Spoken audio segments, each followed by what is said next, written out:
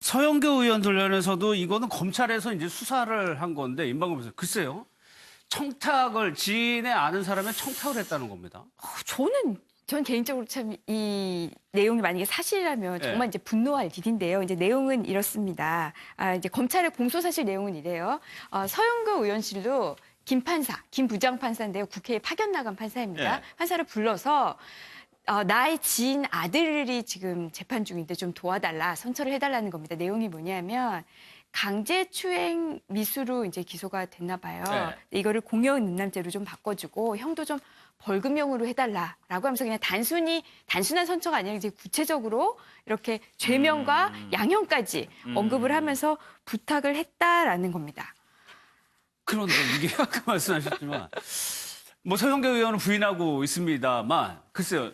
최 변호사님 이런 게 가능한 것이죠? 저는 이렇게 제가 이 얘기를 들었을 때 뭐냐 하면은 이것을 두고 법조계에서는 이른바 관선 변호라고 합니다. 아시다시피 국선 변호는 나라에서 형사상 문제가 됐을 때 변호사를 선임해주고 그 국선 변호사가 변론해주는데 이번 같은 경우에는 판사나 검사가 대신에 그 피고인들을 변호해주는 것이 바로 국선 변호라고 하는데요. 그런 국선 변호를 힘 있는 여당의 현직 의원이 국회에 파견 나와 있는 부장판사한테 부탁을 했고 그렇게 하니까 그 부장판사는 실질적으로 대관 업무를 하고 있는 이 법원 행정처의 임종원 전 실장에게 연락을 했는데 그 실장이 그것을 그 민원을 듣고는 관련되는 재판에 법원장에게 얘기를 했고 실제로 그 민원이 최종적으로 재판장한테 들어갔다는 겁니다. 물론 그 결과에 대해서는 죄명은 변경되지 아니하고 대신에 이 징역형이 아니고 벌금형만 선고됐다라는 그 얘기가 나오는데 지금 문제는 뭐냐면 그 부분에 있어서 실제 그와 같은 부탁을 받고 법원장과 북부지방법원에 부탁을 했던 이 임종원 실장을 직권남용 권리행사방해죄로 재판에 넘겼다는 사실이 굉장히 중요한 겁니다. 그런데 좀 전에 앵커께서 얘기하는 것처럼 지금 서 의원 같은 경우에 나는 그런 적 없다라고 얘기를 하는 반면에 재판까지 넘겼다는 것은 결국 객관적 물적 증거나 아니면은 관련되는 사람을 통해서 서 의원이 그와 같은 그 주장을 어떤 부탁을 했다는 것이 상당 부분 거죠. 뒷받침된다는 얘기인 것 같은데요. 지금 좀 한 가지 저희가 법조인으로 궁금한 것은 검찰이 조사를 했는데 이 서 의원에 대해서 적용할 법조가 없다. 이런 식으로 얘기를 하는데 저는 좀 다른 얘기가 하고 있습니다. 알겠습니다. 그거 뒤에서 한번 보고 임방금 변호사 이 벌금 500만 원이 나왔어요. 결과적으로. 그런데 뭐 객관적인 드러난 것만 보고 판단하기 힘들겠지만 이것이 벌금 500만 원이 적절한 거냐 아니면 봐준 거냐 그 부분을 한번 좀 판단을 해봐야 되거든요. 이제 당시에 이게 이제 1심 재판을 받고 있었는데요. 당시에 이 사람이 지금 피고인이 공연음란죄로 이미 처벌을 받은 전력이 있어요. 그러니까는 동종의 그 범죄가 하나 있었던 거죠. 그리고 이 피해자에게 계획적으로는 접근했습니다. 그러니까 어떤 막 충동적인 게 아니라 피해자에게 계획적으로 접근해서 이거는 그냥 단순 벌금형이 아니라 이거는 징역형이 나올 수도 있는 사안이거든요. 그런데 지금 이 서영교 의원 측에서 만약에 뭐 이게 사실이라고 한다면은 이렇게 공연음란죄로 바꿔달라라고 한 강제추행 미수로 재판을 받고 있었는데 공연음란죄로 바꿔달라라고 했던 그 부분은 뭐가 있냐면 이 피고인이 본인이 좀 노출한 상태에서 이 피해자한테 이렇게 양팔을 이렇게 벌리면서 안으려고 했어요. 그러니까 이게 어떻게 보면 강제추행을 시도한 실행의 착수는 있는 상태로 보이거든요. 근데 안지는 실제는 못했어요. 그래서 이제 검찰은 강제추행 미수로 이제 기소를 했던 건데 여기서 대해서 이거를 공연음란죄로 바꿔달라. 그러니까 안으려고 했던 행위가 없었다라고 그 시도한 행위가 없었다라고 봐달라는 거와 마찬가지거든요. 그래서 재판부도 아무리 청탁을 받아도 그 부분은 들어줄 수 없었던 것 같고요. 제 개인적인 생각에. 다만 이제 벌금을 선고를 했는데 양형 이유는 이렇게 바뀌었습니다. 우선 피해자와 합의를 했어요. 피해자 합의를 했고 또 이 피고인이 노출증을 좀 앓고 있었다고 합니다. 그래서 좀 그리고 어쨌든 미수에 그쳤고 뭐 이런 점을 감안해서 벌금형이 선고가 됐는데 또 이거 갖고 또 벌금형은 무조건 부당하다라고도 또 말하기도 어려워요. 왜냐하면 피해자와 또 어쨌든 합의를 한 상태이기 때문에 좀 애매하긴 하지만 그것과 별개로 이렇게 시도를 했다는 것 자체 부장판사를 불러서 죄명 바꿔달라.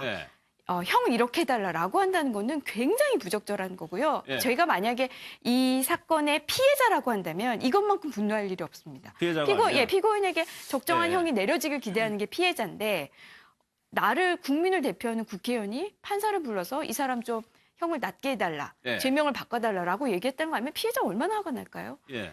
서영교 의원은 부인을 하고 있는데 검찰에서는 진술도 있고 결정적인 증거도 가지고 있다라고 주장을 하고 있어요. 양승태 전 대법원장이 검찰에 3번이나 소환되면서 조사를 받는 과정에서 전현직 국회의원들도 그거를 이용한 거 아니냐는 거는 상당히 좀 비판받을 만한 일이거든요. 그렇죠. 이 지금 사건이 알려지게 된 게 사법농단을 수사하기 위해 가지고 법원 행정처에서 각종 서류가 오고 간 걸 이렇게 보다 보니까 국회의원들이 사법행정처에 청탁한 것까지 드러난 거고 그중 하나가 이거거든요. 그러면은 아까 최진영 변호사 지적하신 것처럼 저도 동의하는데 뭐냐 하면은 법원 행정처의 임종원 전 차장이 이 해당 재판부에 이 청탁을 넣은 거, 서영교 의원의 청탁을 받아서 그것을 전달한 것은 이미 기소가 됐습니다. 그러니까 직권남용이나 권리행사 방해로. 그렇다면은 그 청탁을 애초에 했던 서영교 의원은 원래 원인 제공자고 임종원 전 법원 행정처장은 전달자거든요. 그럼 굳이 따지자면은 상식적으로 따지자면은 주범은 서영교 의원이고 그걸 전달한 종범은 임종원 차장인데 임종원 차장은 기소를 하고 원래 원인 제공자인 서영교 의원은 기소를 안 한다. 이러면 국민 상식에는 어긋난 일이거든요. 그런데 검찰은 아직도 적용할 법규가 없다고 그런단 말이죠.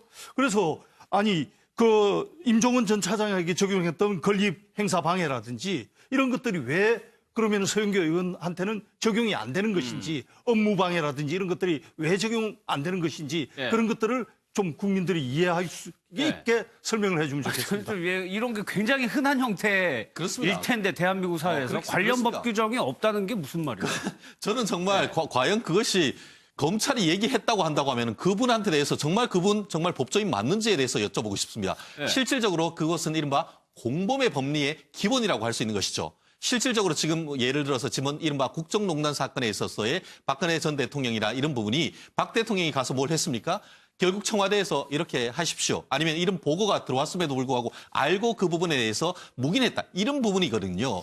결국 그렇다고 하면은 지금 적절하게 지금 지시하는 것 말씀하신 것처럼 처음에 그것을 부탁을 했는지 아니면은 어떻게 보면 그 법사위에 있는 위원으로서 이 법원에 나 검찰에 있는 사람한테 얘기를 하는 것은 사실상 반강제적 지시가 될 가능성이 있거든요. 그러면은 이른바 공범의 법리로 인해 가지고 임종원 실장과 그 부분에 대해서 오히려 죄책을 따진다고 하면은 오히려 좀 더 강한 실질적으로 지금 문제가 될 수 있는 것은 이 서영교 의원의 지금 문제가 된 사람 같은 경우에는 본인의 선거할 때에 선거 사무장의 아들이 이번에 재판에 넘겨졌단 말이에요. 그렇다고 한다고 하면은 결국 이해관계가 가진 사람으로서 부당한 청탁을 했다고 볼 여지가 있고 그것은 나아가 직권남용 권리행사 방해죄의 공범이 될 여지가 있는데 그 부분에 대해서 앞으로 아마 야당의 그 어떤 그 법적인 공세가 굉장히 높지 않을까 생각을 합니다. 일단 뭐 지금 민주당 내부에서도 굉장히 빨리 처리를 해야 되는데 홍영표 원내대표의 얘기를 좀 들어보겠습니다. 그리고 이제 공식적으로 당 사무처에서 진상조사를 서영교 의원, 손혜원 의원 두 분 다 하기로 했으니까 그걸 좀 지켜보겠습니다. 절차는 어떻게 되는 건가요, 그러면? 아니, 이제 사실관계 확인을 해서 본인의 소명도 듣고 저희가 조사를 해서 그 결과를 놓고 당 지도부하고 함께 논의해서 결정하도록 하겠습니다. 그럼 손혜원 의원님의 상임위도 현재로서는 바꾸실 생각이 없으세요? 네. 아니, 조사라도 끝나야죠. 지금 뭐 서영교 의원도 그렇고 손혜원 의원도 그렇고 일단 본인의 소명도 필요한 거 아닙니까? 그게 조사죠. 뭐 네, 하여튼 뭐 최대한 빨리 하기로 했습니다. 당장 어떤 조치를 취하지는 않고 조사를 해보고 결과를 보고 판단하겠다는 거네요. 뭐 그건 맞는 말이죠. 그런데 이 사실관계가 드러났을 때 확실한 어떤 조치를 하는지는 국민들이 계속해서 지켜보고 있다는 것만은 아마 명심해야 될 것 같습니다. 알겠습니다.